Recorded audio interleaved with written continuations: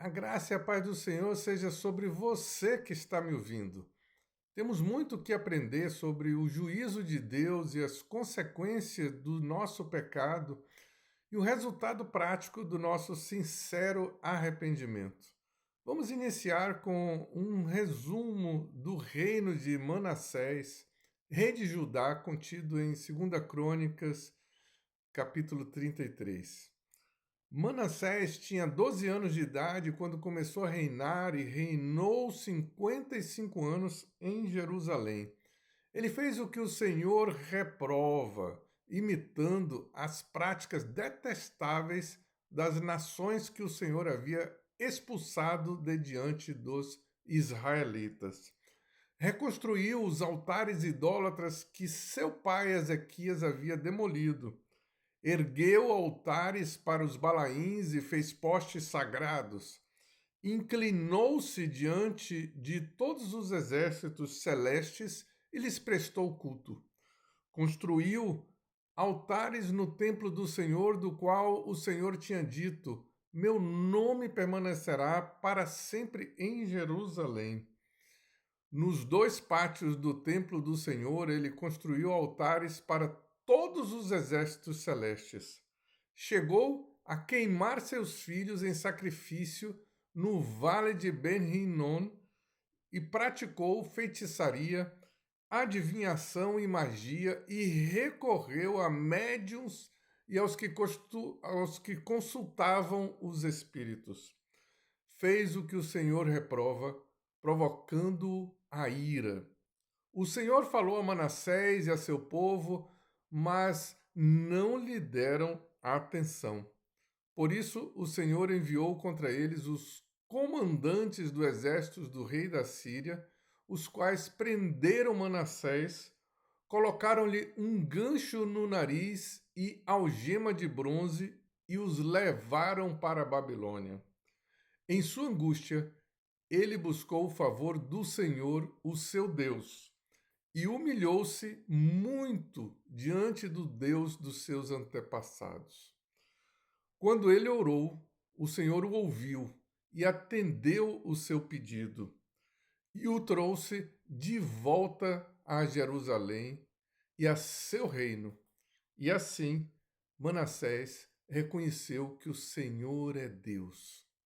Amados, lemos a história de um rei ímpio ao extremo, que uma vez se arrependendo, reconhecendo que estava recebendo o castigo de Deus por conta dos seus pecados, se humilhou perante o Senhor e o seu reinado perdido lhes foi restaurado. De outro lado, veremos agora a seguir o rei Josias, que, mesmo não tendo uma criação nos caminhos do Senhor, tinha um coração íntegro e temente a Deus, mas reinava sobre um povo que havia se esquecido de honrar o Senhor, ao ponto de nem mesmo lerem mais as Santas Escrituras.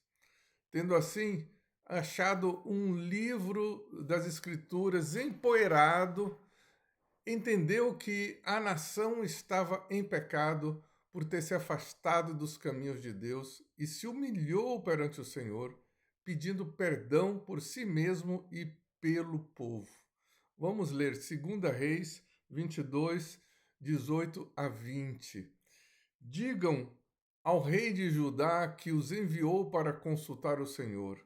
Assim diz o Senhor, o Deus de Israel, acerca das palavras que você ouviu.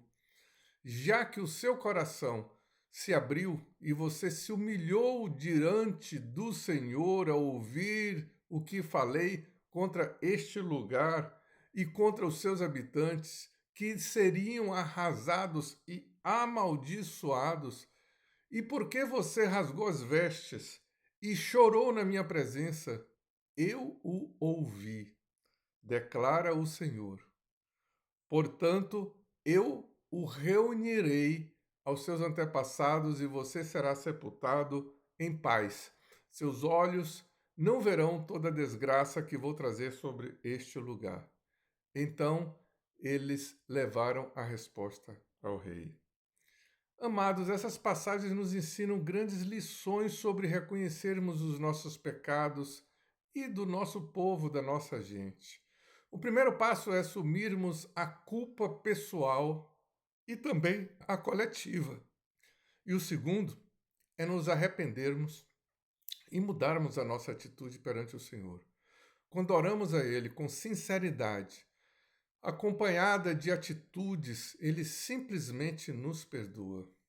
Vale a pena lermos a promessa do Senhor contida em 2 Crônicas 7, 13 a 14, palavra que o Senhor deu para o rei Salomão. Se eu fechar o céu para que não chova, ou mandar que os gafanhotos devorem o país, ou sobre o meu povo enviar uma praga, se o meu povo, que se chama pelo meu nome, se humilhar e orar, buscar a minha face e se afastar dos seus maus caminhos, dos céus o ouvirei, perdoarei o seu pecado e curarei a terra. Amados, que promessa tremenda! Sabemos que o único caminho para desviar o castigo vindo pela ira de Deus por conta dos nossos pecados é o arrependimento. E hoje é dia de nos arrependermos e também é dia de sermos perdoados. Que Deus te abençoe, em nome de Jesus.